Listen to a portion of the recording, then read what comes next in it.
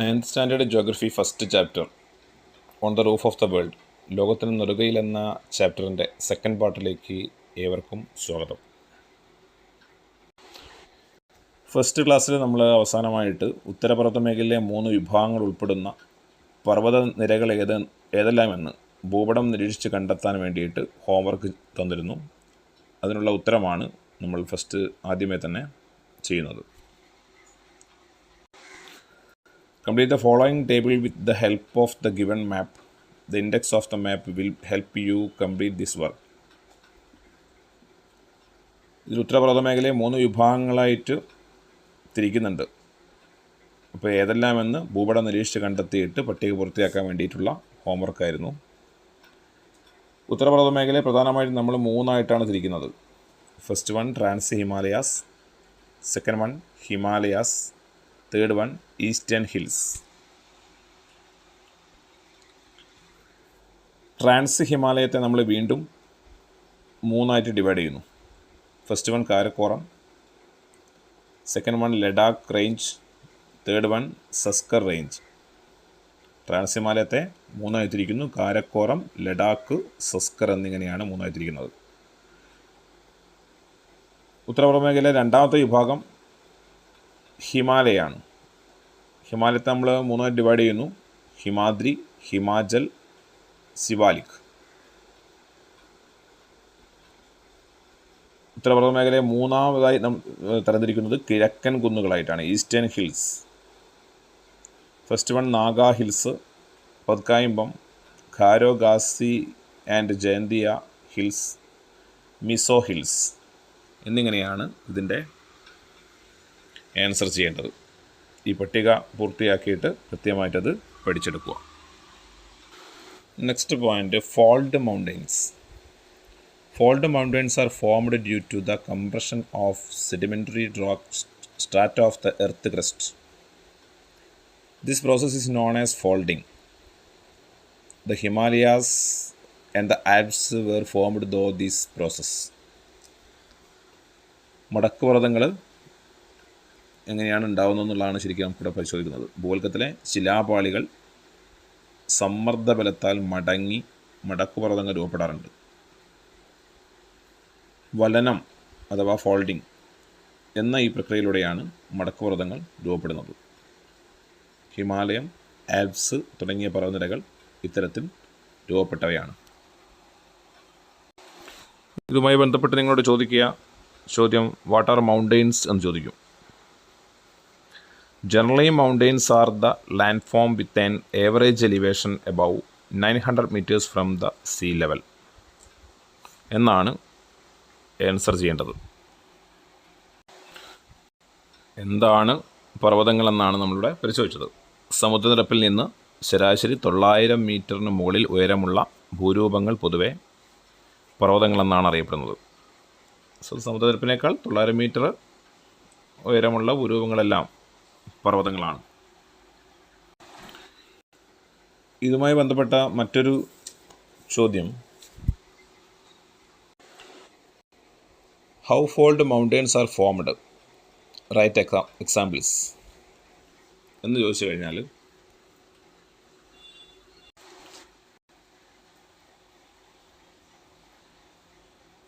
നമുക്കുള്ള answer, fold mountains are formed due to the compression of the sedimentary rock strata of the earth crust. This process is known as folding. The Himalayas and the Alps were formed through this process എന്നാണ് നിങ്ങൾ ഉത്തരം നൽകേണ്ടത്. മടക്കുപർവ്വതങ്ങൾ എങ്ങനെയാണ് രൂപപ്പെടുന്നതെന്നാണ് നമ്മൾ പരിശോധിച്ചത്. ഭൂവൽക്കത്തിലെ ശിലാപാളികൾ സമ്മർദ്ദബലത്താൽ മടങ്ങി മടക്കുപർവ്വതങ്ങൾ രൂപപ്പെടാറുണ്ട്. വലനം അഥവാ folding എന്ന പ്രക്രിയയിലൂടെയാണ് മടക്കുപർവ്വതങ്ങൾ രൂപപ്പെടുന്നത്. അതിൻ്റെ എക്സാമ്പിളാണ് നമ്മളിപ്പോൾ പറഞ്ഞ ഹിമാലയവും ആൽപ്സും. ഇവ രണ്ടും വലനം എന്ന പ്രക്രിയയിലൂടെയാണ് ഈ 2 മടക്കുപർവ്വതങ്ങളും ഹിമാലയത്തിൽ ഫോം ചെയ്തിരിക്കുന്നത്. Okay. The northernmost division of the trans Himalayas is also known as the Tibetan Himalayas. Having an average elevation of 3000 meters, The Trans-Himalayas has an approximate width of 40 km and length of 965 km. The Karakoram range connects Himalayas with the Pamir Notch. ഇതിൽ ഏറ്റവും വടക്ക് കാണപ്പെടുന്ന trans ഹിമാലയം Tibetan ഹിമാലയം എന്നറിയപ്പെടുന്നു. ശരാശരി 3000 metre ഉയരമുള്ള trans ഹിമാലയത്തിന് ഏകദേശം 40 kilometre വീതിയും 965 kilometre നീളവുമുണ്ട്. Karakoram നിറ ഹിമാലയ പർവ്വതത്തെ പാമീർ പർവ്വതക്കെട്ടുമായിട്ട് ബന്ധിപ്പിക്കുന്നു. കാരക്കോരം നിരകൾ ഹിമാലയ പർവ്വതത്തെ പാമീർ കെട്ടുമായിട്ട് ബന്ധിപ്പിക്കുന്ന പർവ്വതനിരയാണ്.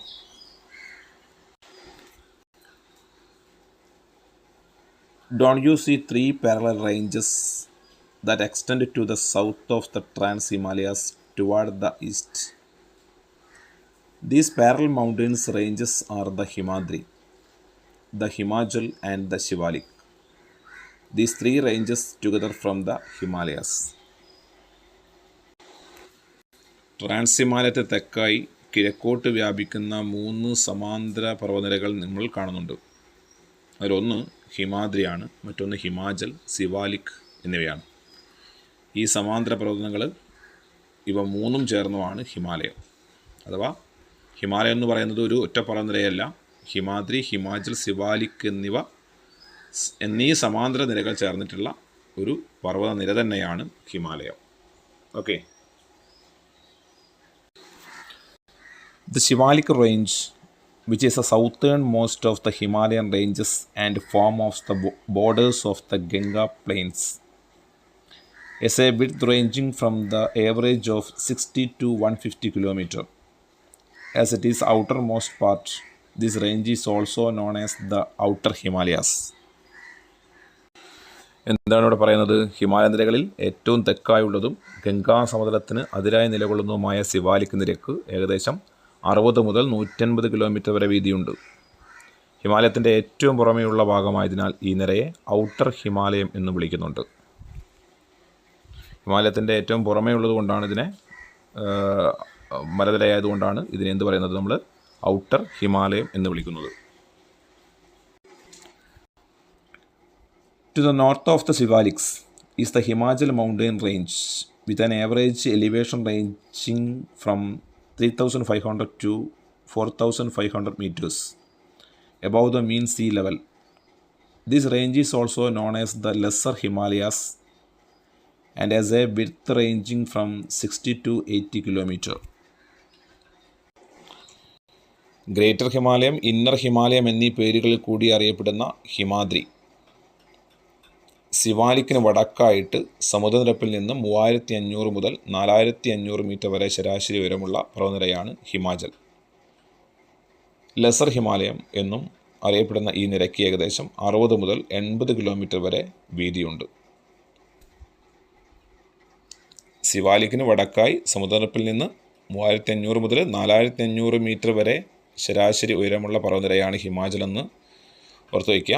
ലെസർ ഹിമാലയം എന്നും അറിയപ്പെടുന്ന ഈ നിരക്ക് ഏകദേശം 60 മുതൽ 80 കിലോമീറ്റർ വരെ വീതിയുണ്ട്.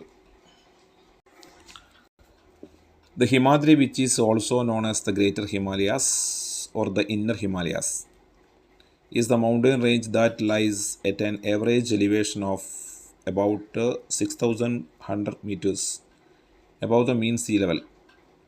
The width of the ranges is nearly 25 kilometers. These are snow-clad mountains.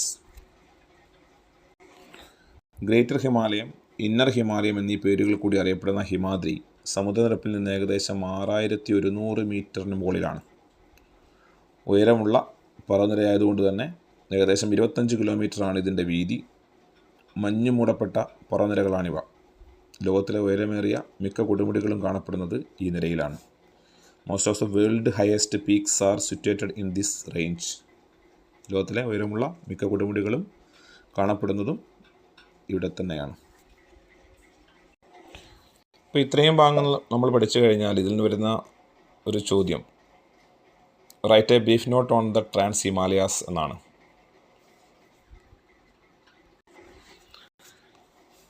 Trans ഹിമാലയത്തിൻ്റെ സവിശേഷതകളെക്കുറിച്ചാണ് ഇവിടെ നമ്മൾ പരിശോധിക്കുന്നത്.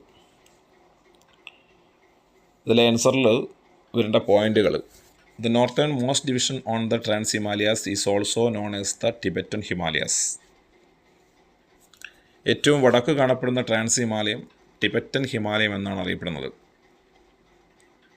Having an average elevation of 3000 meters, the Trans-Himalayas has the approximate width of the 40 km and length of 965 km.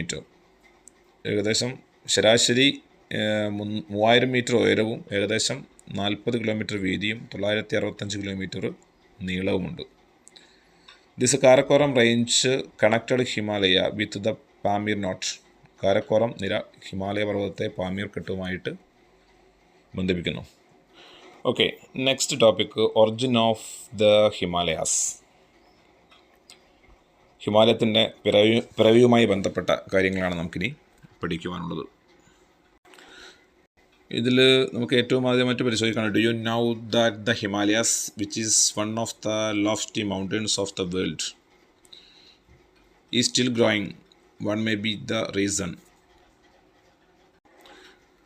Text book നിങ്ങളോട് ചോദിക്കുന്നത് നിങ്ങൾക്ക് ഹിമാലയത്തെ അറിയുമോ എന്നാണ്.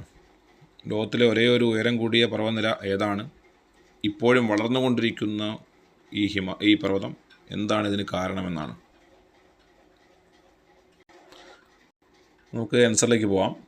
Do you know that the Himalayas? This is due to plate tectonic. ഭൗമപാളികളുടെ ചലനമാണ് ഹിമാലയത്തിൻ്റെ വളർച്ചയ്ക്ക് കാരണം. Tectonic plates are the crustal rock block of the continental and oceanic parts. വൻകരയും സമുദ്രഭാഗവും ചേർന്ന ശിലാപാളികളാണ് ടെക്ടോണിക് ഫലകങ്ങൾ എന്ന് പറയുന്നത്. Asthenosphere is the zone beneath of the lithosphere where the rocks are the molten and are in the semi-plastic state due to the high temperature. ശിലാമണ്ഡലത്തിന് താഴെ ഉയർന്ന താപത്താൽ ശിലകൾ ഉരുകി അർദ്ധദ്രവാവസ്ഥയിൽ നിലകൊള്ളുന്ന ഭാഗമാണ് അസ്തനോസ്ഫിയർ എന്നറിയപ്പെടുന്നത്. The tectonic plates move very slowly about the asthenosphere. അസ്തനോസ്ഫിയറിന് മുകളിലൂടെ tectonic ഫലകങ്ങൾ സാവകാശം ചലിച്ചുകൊണ്ടിരിക്കുകയാണ്. Earth process like the orogenic are active along the plate boundaries. ഫലകചലനം മൂലം ഫലക അതിരുകളിൽ പർവ്വത രൂപീകരണം പോലുള്ള ഭൗമ പ്രവർത്തനങ്ങൾ സജീവമാണ്. There are 3 types of plate boundaries: convergent boundaries, divergent boundaries and transform boundaries. 3 തരത്തിലുള്ള സംയോജക സീമ ഫലകങ്ങൾ അല്ലെങ്കിൽ ഫലകാതിരുകളാണ് നമുക്കിവിടെ കാണാൻ കഴിയുന്നത്. അതിലൊന്ന് കൺവർജൻറ്റ് ബൗണ്ടറി സംയോജക സീമ, ഡൈവർജൻറ്റ് ബൗണ്ടറി വിയോജക സീമ, ട്രാൻസ്ഫോം ബൗണ്ടറി ഛേദക സീമ എന്നിങ്ങനെ 3 ഫലക ചലനങ്ങളാണ് നമുക്കിവിടെ പഠിക്കുവാനുള്ളത്. What is convergent boundary? Boundaries where plate move towards each other. ഫലകങ്ങൾ തമ്മിൽ അടുക്കുന്നു, അതിനെയാണ് നമ്മൾ പറയാം സംയോജക സീമ ഫലകങ്ങൾ എന്ന് പറയാം. Second one divergent boundary. Boundaries where plates move away from each other. ഫലകങ്ങൾ തമ്മിൽ അകലുന്ന അതിരുകൾ, ഫലകങ്ങൾ പരസ്പരം അകന്നു പോവുകയാണ് ഇവിടെ ചെയ്യുന്നത്. Third one transform boundary.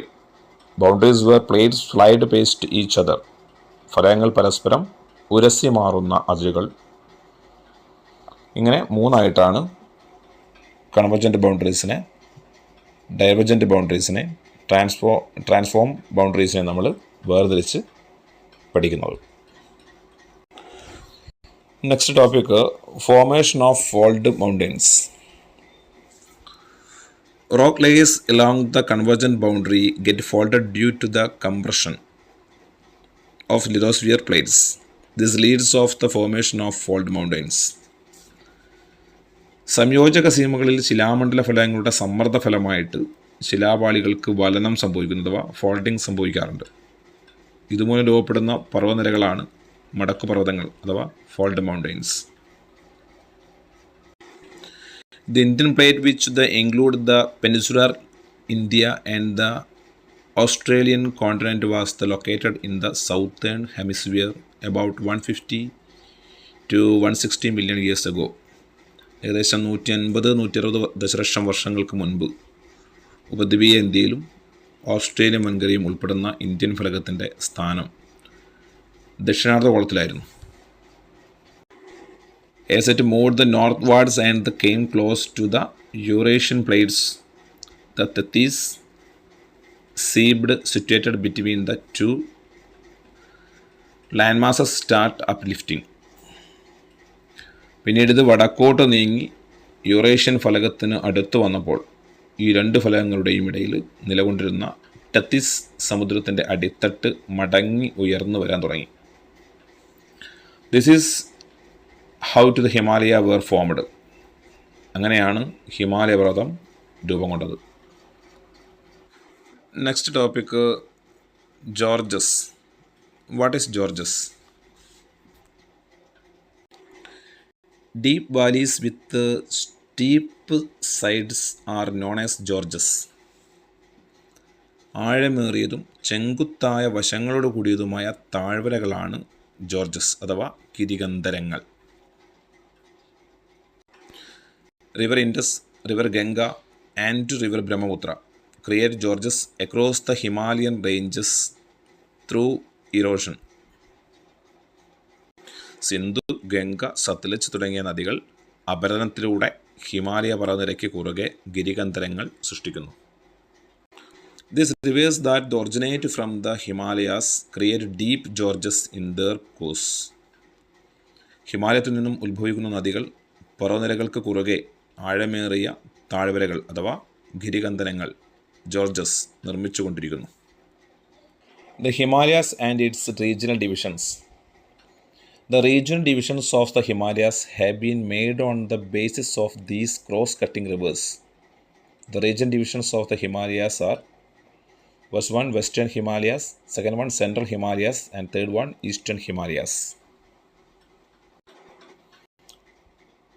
Himalaya പർവ്വതം രൂപം കൊണ്ടത് ഹിമാലയവും പ്രാദേശിക വിഭാഗങ്ങളെക്കുറിച്ചാണ് നമ്മളിവിടെ പരിശോധിച്ചത്. പർവ്വതനിരകൾക്ക് കുറുകെ ഒഴുകുന്ന നദികളെ അടിസ്ഥാനപ്പെടുത്തിയാണ് ഹിമാലയത്തെ പ്രാദേശിക വിഭാഗങ്ങളായിട്ട് വേർതിരിച്ചത്. ഇവ ഏതൊക്കെയാണെന്നാണ് നമ്മളിപ്പോൾ പരിശോധിച്ചത്. അതിലൊന്ന് പടിഞ്ഞാറൻ ഹിമാലയമാണ്, രണ്ടാമത്തത് മധ്യ ഹിമാലയമാണ്, മൂന്നാമത്തത് കിഴക്കൻ ഹിമാലയമാണ്. ഇന്നത്തെ ക്ലാസ്സിൽ അവസാനമായിട്ട് നമുക്ക് ദ ഹിമാലയൻ മൗണ്ടൻസ് അതിൻ്റെ റീജിയൽ ഡിവിഷൻസിനെ കുറിച്ചുള്ള ഒരു ചോദ്യമാണ്.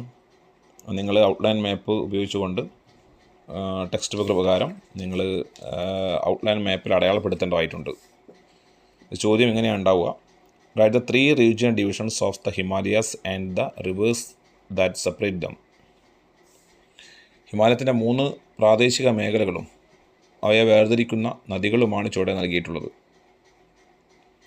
ഭൂപടം ചിത്രം 1.6 നിരീക്ഷിച്ച് 3 പ്രാദേശിക മേഖലകളും അവയെ വേർതിരിക്കുന്ന നദികളുടെ സ്ഥാനവും കണ്ടെത്തി ഇന്ത്യയുടെ ഭൂപട രൂപരേഖയിൽ വരച്ചു ചേർക്കാനാണ് പറഞ്ഞിരിക്കുന്നത്. അതിൽ ശ്രദ്ധിക്കേണ്ടത് ഹിമാലയത്തിൻ്റെ 3 പ്രാദേശിക മേഖലകളാണ്. നേരത്തെ പഠിച്ചു. പടിഞ്ഞാറ് ഹിമാലയം, മധ്യ ഹിമാലയം, കിഴക്കൻ Himalayam. Western Himalayas, central Himalayas and eastern Himalayas. വേർതിരിക്കുന്ന നദികളെക്കുറിച്ച് പറയുമ്പോൾ പടിഞ്ഞാറ് ഹിമാലയത്തെ വേർതിരിക്കുന്ന നദികളാണ് Sindhu, Kali. Separate the rivers. Himalayan സോണിൽ വെസ്റ്റേൺ ഹിമാലയത്തെ വേർതിരിക്കുന്ന സെപ്പറേറ്റിംഗ് റിവേഴ്സാണ് ഇൻഡസ്, കാളി. സെൻട്രൽ ഹിമാലയാസിനെ വേർതിരിക്കുന്ന സെപ്പറേറ്റിംഗ് റിവേഴ്സാണ് കാളി, തീസ്ത. ഈസ്റ്റേൺ ഹിമാലയാസിനെ സെപ്പറേറ്റിംഗ് റിവേഴ്സാണ് തീസ്ത, ബ്രഹ്മപുത്ര. പടിഞ്ഞാറ് ഹിമാലയത്തെ വേർതിരിക്കുന്ന നദി സിന്ധു, കാളി. മധ്യ ഹിമാലയത്തെ വേർതിരിക്കുന്ന നദികൾ കാളി, തീസ്ത. കിഴക്കൻ ഹിമാലയത്തെ വേർതിരിക്കുന്ന നദി തീസ്ത, ബ്രഹ്മപുത്ര. ഈ ഹിമാലയ മേഖലകളും വേർതിരിക്കുന്ന നദികളും നിങ്ങൾ തീർച്ചയായിട്ടും 1.6 എന്ന മാപ്പിൽ അടയാളപ്പെടുത്തി പഠിക്കുക. തീർച്ചയായിട്ടും ഇത് ക്വാർട്ടർലി എക്സാമിനേഷൻ്റെ ഒരു ചോദ്യമായിരിക്കും. Page number 13 okay, thank you. ഇന്നത്തെ class the roof of the world, ലോകത്തിന് നെറുകയിൽ എന്ന ചാപ്റ്ററിൻ്റെ 2ാമത്തെ ഭാഗം ഇവിടെ അവസാനിക്കുകയാണ്. അടുത്ത ക്ലാസ്സിൽ ഈ ഭാഗങ്ങളെല്ലാം തന്നെ 1, 2 ഭാഗത്തുള്ള എല്ലാ പാർട്ടും നിങ്ങൾ ടെക്സ്റ്റ് ഉപയോഗിച്ച് നോട്ട് ഉപയോഗിച്ചുകൊണ്ട് പഠിച്ചുകൊണ്ട് വേണം ക്ലാസ്സിൽ വരാൻ. ശേഷമുള്ള ഭാഗങ്ങൾ പാർട്ട് 3 തുടർന്നെടുക്കുന്നതായിരിക്കും. Thank you all.